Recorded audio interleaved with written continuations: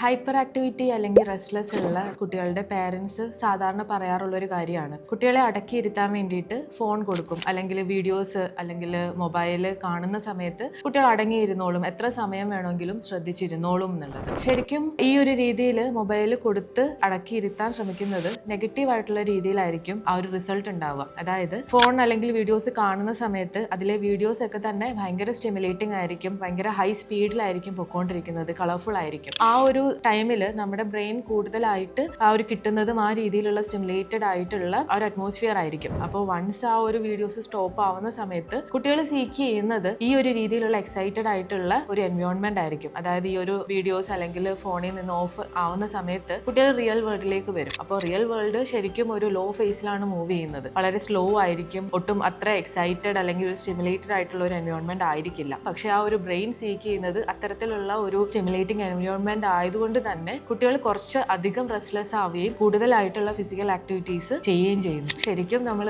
ഈ ഒരു phone use ചെയ്ത് കുട്ടികളെ അടക്കിയിരുത്തുന്നത് കുട്ടികളെ കൂടുതലായിട്ട് റെസ്റ്റ്ലെസ് ആക്കുകയാണ് ചെയ്യുന്നത്.